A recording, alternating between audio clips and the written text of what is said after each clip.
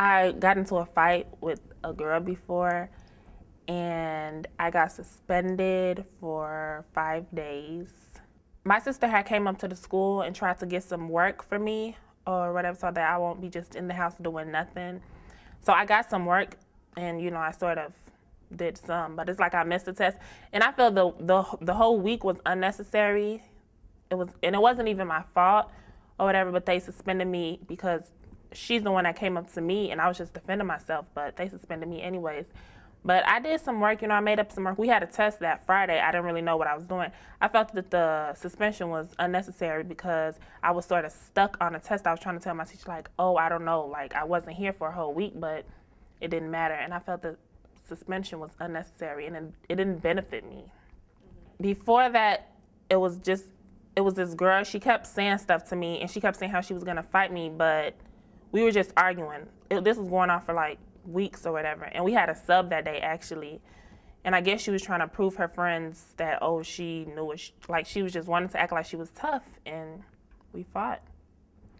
And then after that, we got sent down to the office and they suspended us. Well, after I got suspended, I came back to school and we had a test and I didn't know what I was doing, and I felt sort of, I don't know, I felt sort of uncomfortable. Like, it seemed like I wasn't in school for a long time. To me, like, getting suspended, it doesn't really do anything because I don't understand how that's supposed to be a punishment. If you're taking a child out of school so that they can miss out on their education.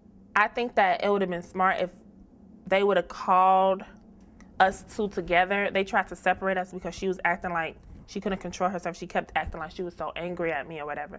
But I think that if they put us in the same room and had us talk it out and had us settle it, then it would have been better.